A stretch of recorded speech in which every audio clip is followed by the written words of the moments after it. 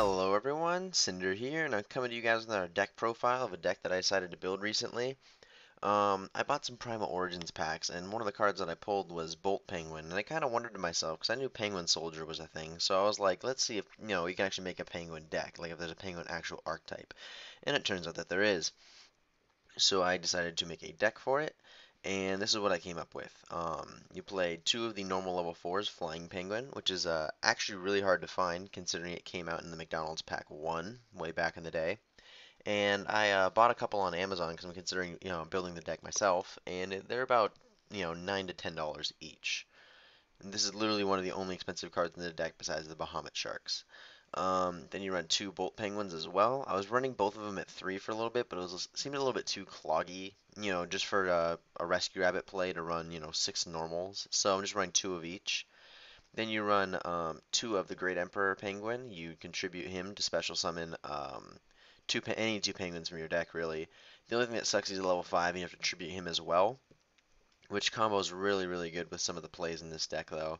But I found 3 was too cloggy, so I'm only running 2 of him as well. Then 3 of Nightmare Penguin. This guy is hilarious. Flip effect is basically you can compulse any one card on the field, and when you combo it with No Penguins effect, which is when a penguin monster activates their effect, you can special summon this card, and basically while he's on the field, all cards returned to the hand by penguin effects are banished instead. So if you were to flip Nightmare Penguin to compulse one of their cards or whatever, then you'd special no, and whatever card you just return to their hand is now banished, and it's kind of funny. And it's even funnier when you get to use Penguin Soldier's effect to target 2 monsters and return them to the hand with the no penguin, just banish things. It's really funny.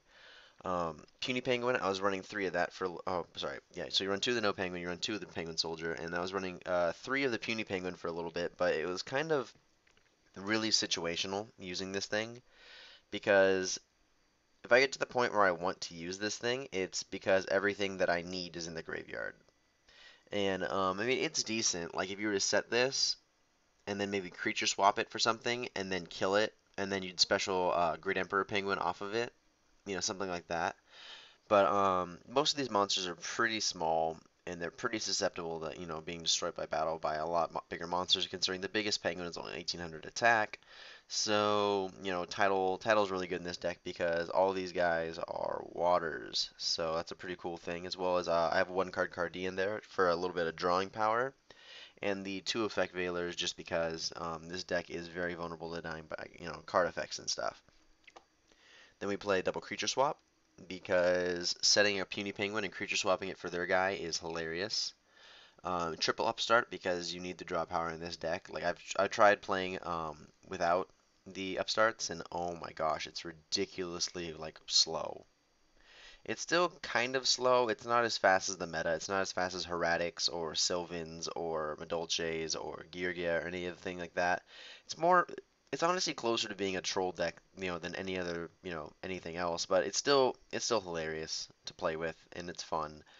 And they're penguins, so yeah, I mean it's awesome. Then you play the 1 salvage, just so you can return the key pieces for your plays back to your hands in double duality because there will be turns where you won't be a special summoning because this deck isn't that fast. The probability of you special summoning during that turn is, 50-50. So you can get away with running duality in this deck, whereas some decks that run duality kind of it hinders them at points because they have all the pieces to set up the play in their hand already, and they duality anyway, and then they go off and they're like, oh wait, we can't even special summon, so it kind of sucks.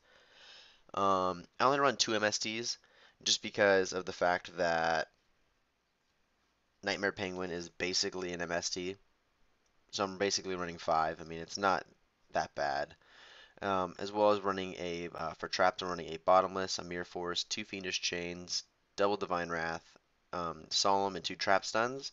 The Trap Stuns are in there for the fact that most of these monsters would die if I were to attack into a Mirror Force or something like that, and so it's really cool to have the Trap Stuns in there to save that. And the Divine Wraths are in there because of the fact that without actually causing any harm to yourself or any kind of cost, you can throw away things like no penguin or title to negate effects, and then they'll just come back later. So there's really no cost using Divine Wrath in this deck.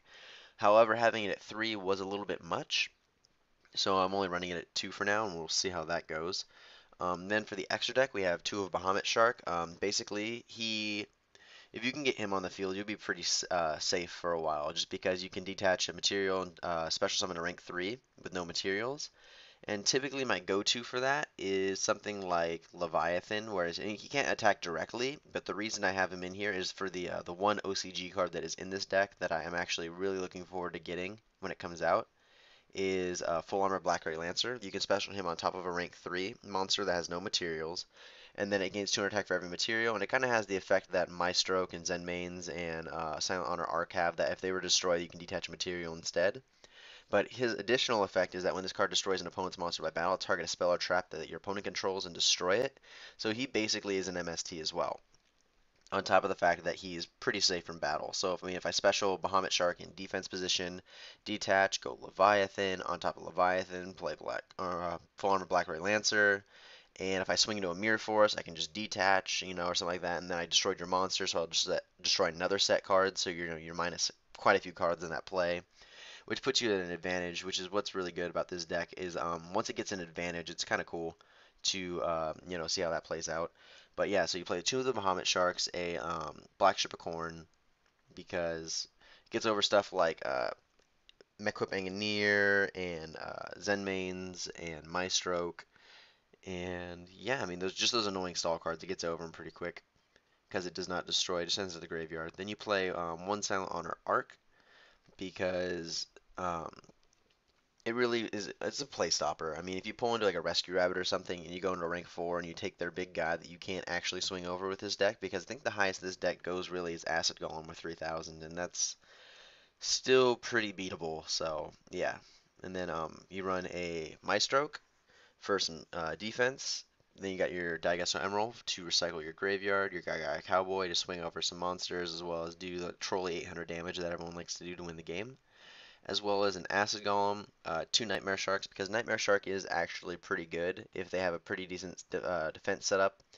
Nightmare Shark's effect is that you can detach a material, target a water monster, and it can attack directly. But also, Nightmare Shark has the effect that when he is special summoned, you can add any level 3 from your hand or field to it as a material. So I think that's really cool. Um, because then you have three materials and swing directly 3 times or whatever. And it's super funny when they have up something like if their stall card is they have to go to like Redox or something like that. And they have the 3,000 defense sitting on the field that you can't swing over because Acid Golem's your biggest guy. They have 1,500 life points left. Nightmare Shark, detach, swing 2,000 direct game. It's pretty funny. Then you got your Leviathan just because that's a pretty staple rank 3, especially if you're running a water deck. Leviair to bring back those banish cards. This works really well if you can bring back the Rescue Rabbit, and then Mequip Engineer and Zen Mains are pretty staple. Zen Mains is alright, but I really do like Engineer a lot better.